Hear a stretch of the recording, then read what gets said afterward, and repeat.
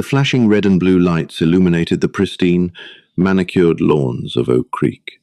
3 squad cars for a neighborhood dispute? No. The dispatcher's voice had trembled over the radio. Vicious animal actively threatening residents. They thought they were arriving to put down a monster. They had no idea they were about to handcuff a hero.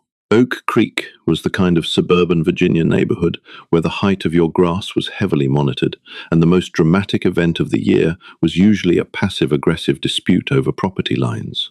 It was a haven of pristine flower beds, luxury SUVs, and quiet, predictable routines. That predictability shattered the day John Gallagher moved into 42 Elmwood Drive. John didn't fit the Oak Creek aesthetic. He was a broad-shouldered, heavily tattooed man in his late 30s, with a thick, neatly trimmed beard and eyes that always seemed to be scanning the perimeter. He didn't introduce himself with a fruit basket or attend the neighborhood block party. He kept to himself, moving his sparse belongings into the single-story ranch house with a quiet, almost mechanical efficiency. But it wasn't John who caught the ire of the neighborhood, it was his shadow. Bruno was an 85-pound German shepherd. He was a massive, dark-furred animal with eyes as sharp as flint and a jagged V-shaped notch missing from his left ear. Bruno didn't act like the other dogs in Oak Creek. He didn't bark at the mail carrier. He didn't strain against his leash to sniff fire hydrants, and he never, ever broke stride when other dogs yapped at him from behind wrought iron fences. When John walked him, at dawn and dusk, Bruno moved in perfect unison with John's left leg, his focus absolute. To a trained eye, it was a beautiful display of discipline. To the residents of Oak Creek, it was deeply unnatural and profoundly intimidating. Nobody was more intimidated or more vocal about it than Patricia Kensington. Patricia was the president of the Oak Creek Homeowners Association. She was a woman who wielded her clipboard like a shield and her position like a crown. She lived directly across the street from John, and from day one, she made it her mission to scrutinize his every move from behind her plantation shutters. She owned a fluffy, hyperactive labradoodle named Barnaby, who lacked any semblance of manners. The first real encounter happened on a humid Tuesday morning.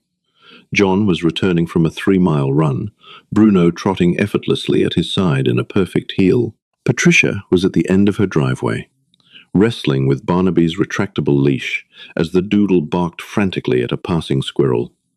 As John passed, Barnaby suddenly lunged toward them, snapping and snarling in a sudden burst of territorial aggression. Bruno didn't flinch. He didn't bark back.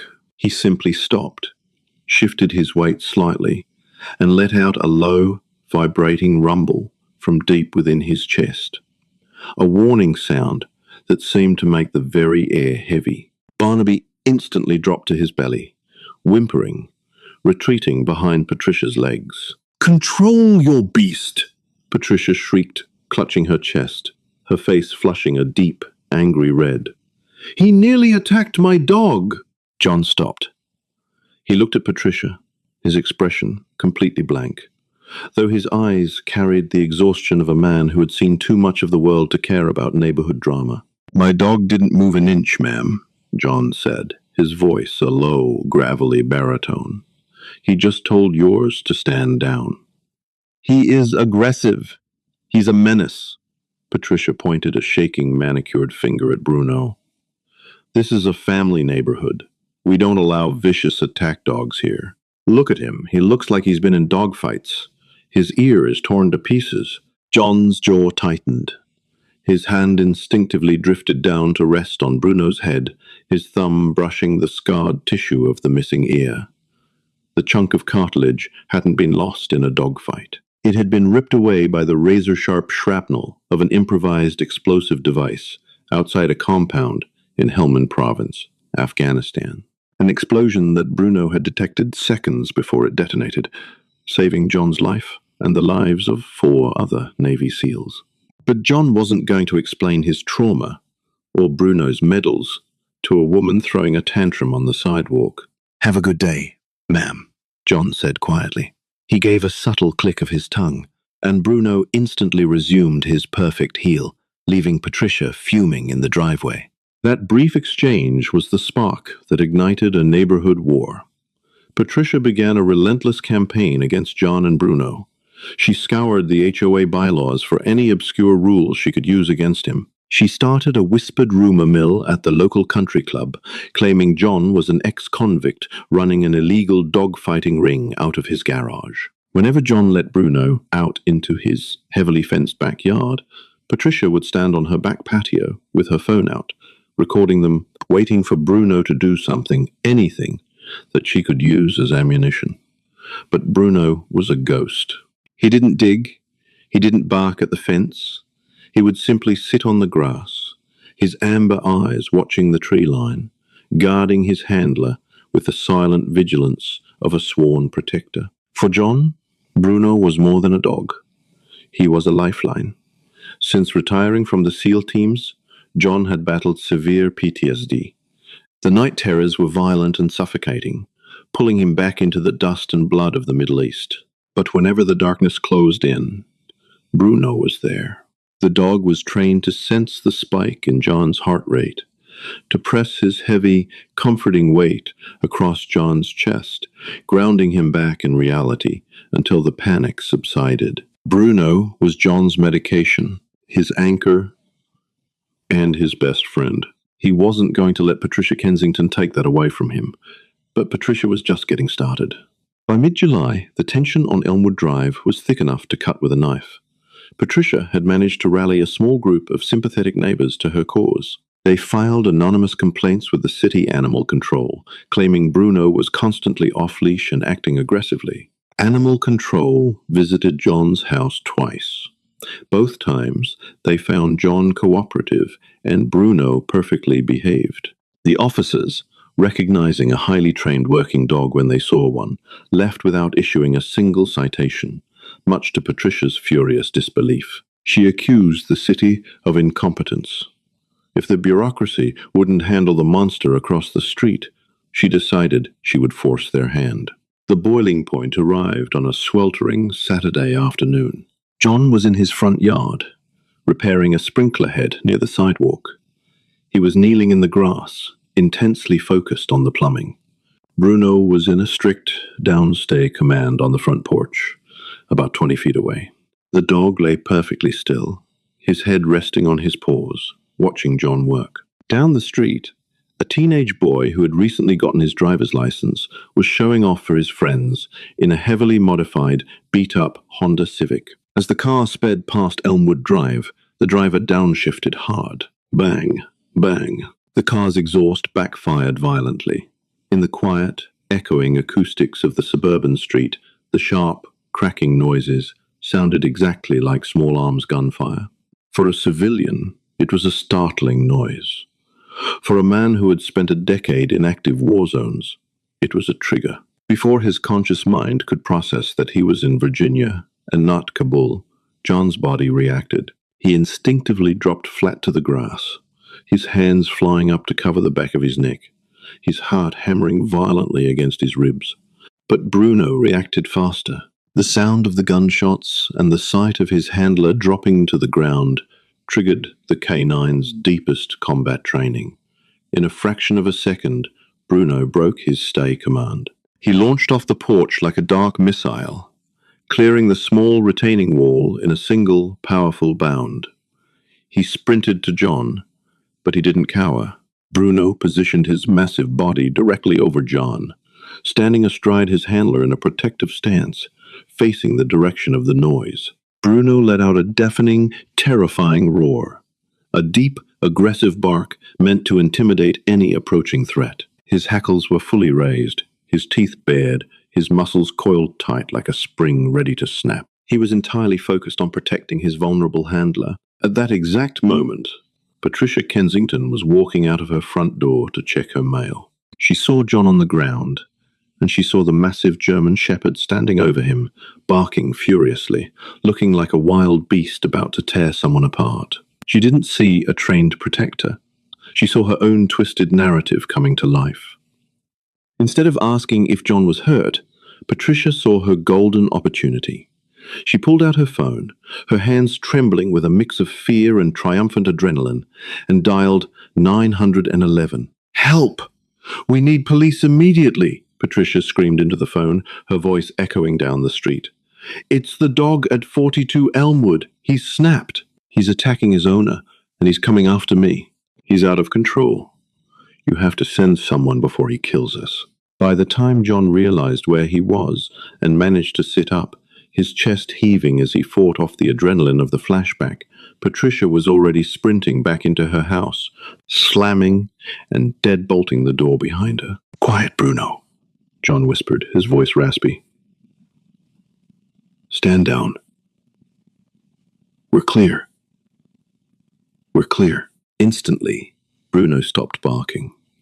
The dog dropped his aggressive posture, immediately leaning down to aggressively lick John's face, whining softly, checking his handler for injuries. John wrapped his arms around the dog's thick neck, burying his face in Bruno's fur, taking deep, shuddering breaths to steady his racing heart. "Good boy," John murmured. "I'm okay. Good boy." He had no idea that a Priority 1 emergency dispatch had just gone out across the city grid. Aggressive dog actively attacking residents.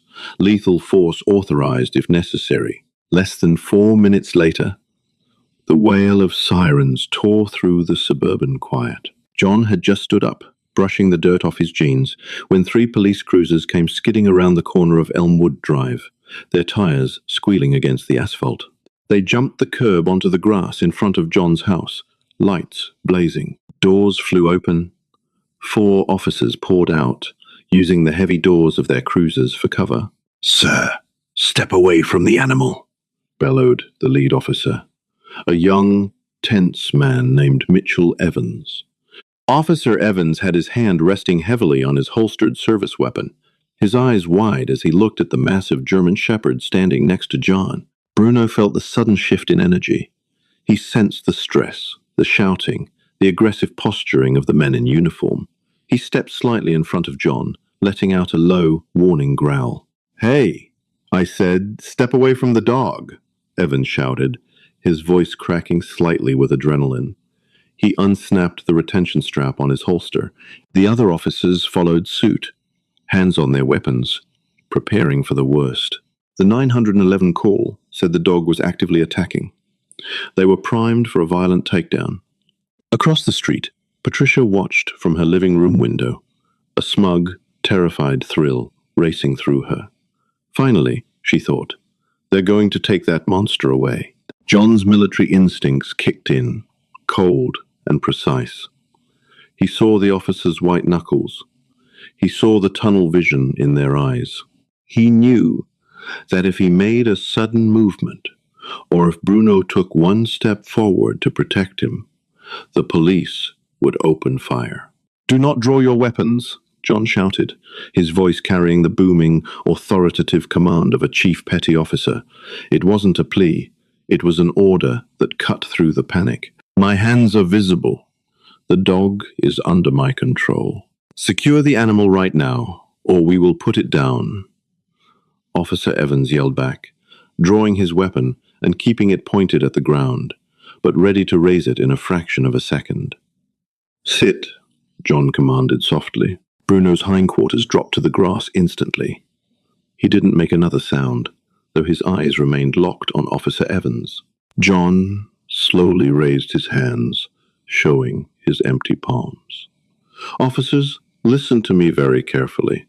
My name is John Gallagher. This dog is not a threat to you. If you shoot him, you are shooting a decorated federal asset." Officer Evans paused, his grip tightening on his sidearm. "What are you talking about? We got a call that this dog was mauling you and threatening neighbors." John let out a slow, heavy sigh, shaking his head as he glanced toward Patricia's house across the street. He slowly knelt down, keeping his movements deliberate and visible, and clipped a heavy leather leash onto Bruno's collar. "The caller lied," John said, his voice deadly calm, carrying across the silent lawns. "And you are about to make a very embarrassing mistake. The heavy, suffocating silence of the suburbs pressed in as 4 police officers kept their hands hovering over their holstered sidearms. The flashing red and blue lights painted John Gallagher's stoic face in harsh, rhythmic strobes. Bruno remained in a statue-like sit, his amber eyes locked onto Officer Mitchell Evans, unblinking and entirely unfazed by the tension crackling in the air. A black police SUV with supervisor stenciled on the side roared around the corner, coming to an abrupt halt behind the cruisers. The door opened, and Sergeant Thomas Henderson stepped out. Henderson was a 20-year veteran of the force, a man with graying temples and a demeanor that suggested he had seen every flavor of human stupidity the city had to offer. He took one look at the standoff, assessing the pristine lawn, the calm, broad-shouldered man with his hands raised, and the massive German shepherd sitting in perfect, disciplined stillness. "Stand down, Evans. Holster it," Sergeant Henderson ordered, his voice cutting through the humid Virginia air with absolute authority. "Sarge, the 911 caller stated—" "I don't care what the caller stated. Look at the dog, Mitchell. Does that look like an active attack to you?" Henderson walked forward, bypassing his younger officers. His eyes narrowed as he evaluated John. "Keep your hands where I can see them, sir. What exactly is going on here?" "My name is John Gallagher," John repeated, his voice steady. A car down the street backfired. It sounded like gunfire. "I'm a combat veteran, and I had a traumatic reaction. I dropped to the ground. My dog, who is my prescribed service animal and a retired military working dog, broke his stay command to cover me and barked to secure the perimeter. He never left my property. He never chased anyone. The neighbor saw it, panicked, and fabricated a story to swat me." Sergeant Henderson paused. The word SWAT, the act of calling in a fake emergency to draw a heavily armed police response to a target's house, changed the entire complexion of the scene. It was a serious, potentially lethal felony. "You're claiming military service, Mr. Gallagher?" Henderson asked, stepping onto the grass, his posture relaxing slightly. "Can you prove it? And can you prove the animal's status?" "My wallet is in my back right pocket. My VA identification and my retired military ID are inside. As for the dog," John reached down slowly and gently flipped Bruno's thick leather collar.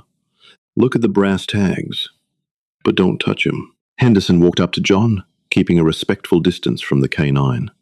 He leaned in, squinting at the heavy brass plate riveted to the leather. It wasn't a standard pet tag. It was stamped with military precision. K9 Bruno Tattoo. 844 ex-USN Devgru, do not pet. Henderson's eyes widened slightly. He looked from the tag to John's face, taking in the intense, haunted eyes, the tactical precision of his movements, and the specific phrasing he used. Devgru, the Naval Special Warfare Development Group, SEAL Team 6. "I need to see that ID, Chief," Henderson said, his tone shifting instantly from suspicious to deeply respectful. John reached into his pocket and handed over his wallet. Henderson examined the cards. The credentials confirmed everything. Chief Petty Officer John Gallagher, retired. "This animal," Henderson pointed a thumb at Bruno, who was still locked in his sitting position, "he deployed with you?" "3 tours, John answered, his hand resting on Bruno's head, right over the missing chunk of his ear. "He's a multi-purpose canine. He has over 40 successful explosive detections on his record. He survived an IED blast in Helmand that took out our lead vehicle. He was awarded the K9 Medal of Courage.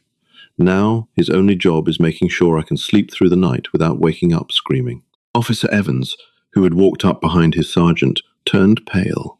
He looked at the dog he had been seconds away from drawing his weapon on.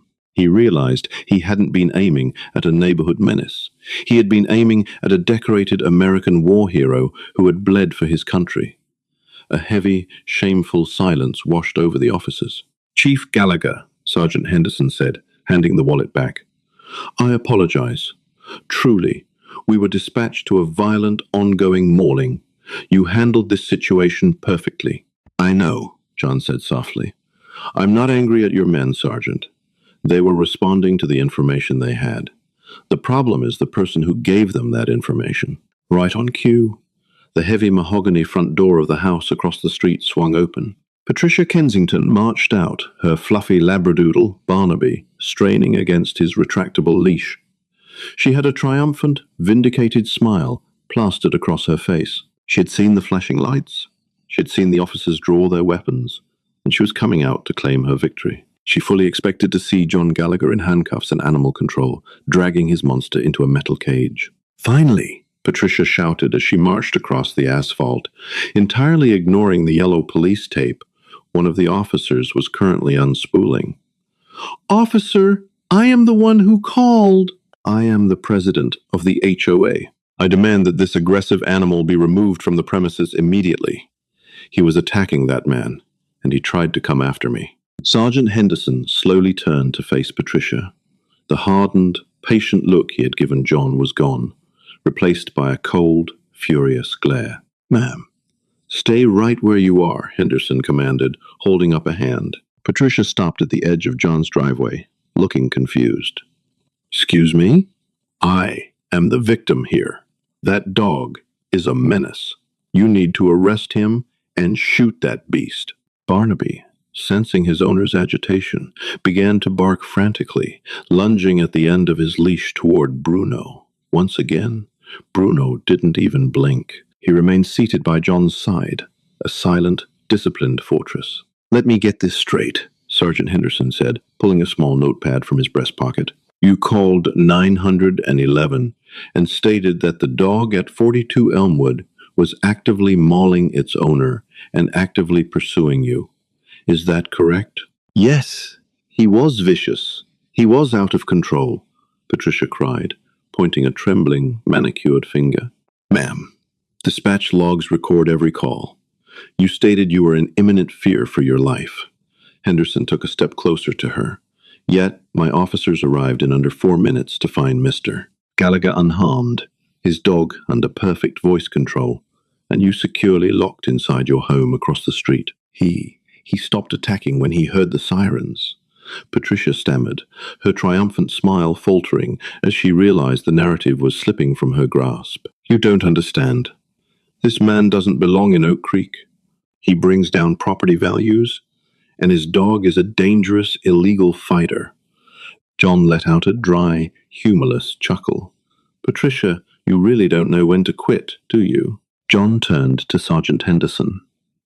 Sergeant, my property is equipped with high-definition security cameras. They cover the front yard, the porch, and the street. They capture audio as well.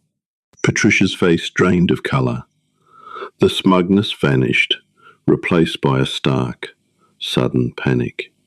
You have cameras? I have severe PTSD, John said, staring directly into Patricia's eyes. I like to know what's happening around my perimeter. I can pull the footage up on my phone right now. It will show me dropping to the ground after a car backfired. It will show Bruno breaking command strictly to cover my body. And it will show you standing on your porch 100 feet away, perfectly safe, dialing 911 to lie to the police. Is this true, ma'am? Henderson asked, his voice dangerously quiet.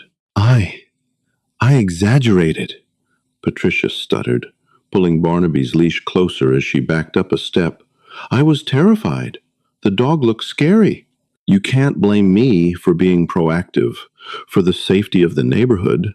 There is a massive difference between being proactive and filing a false police report, Henderson barked, stepping into Patricia's personal space. Do you have any idea what you just did? You initiated a Priority 1 emergency response. You sent 4 armed police officers into a situation expecting a lethal threat.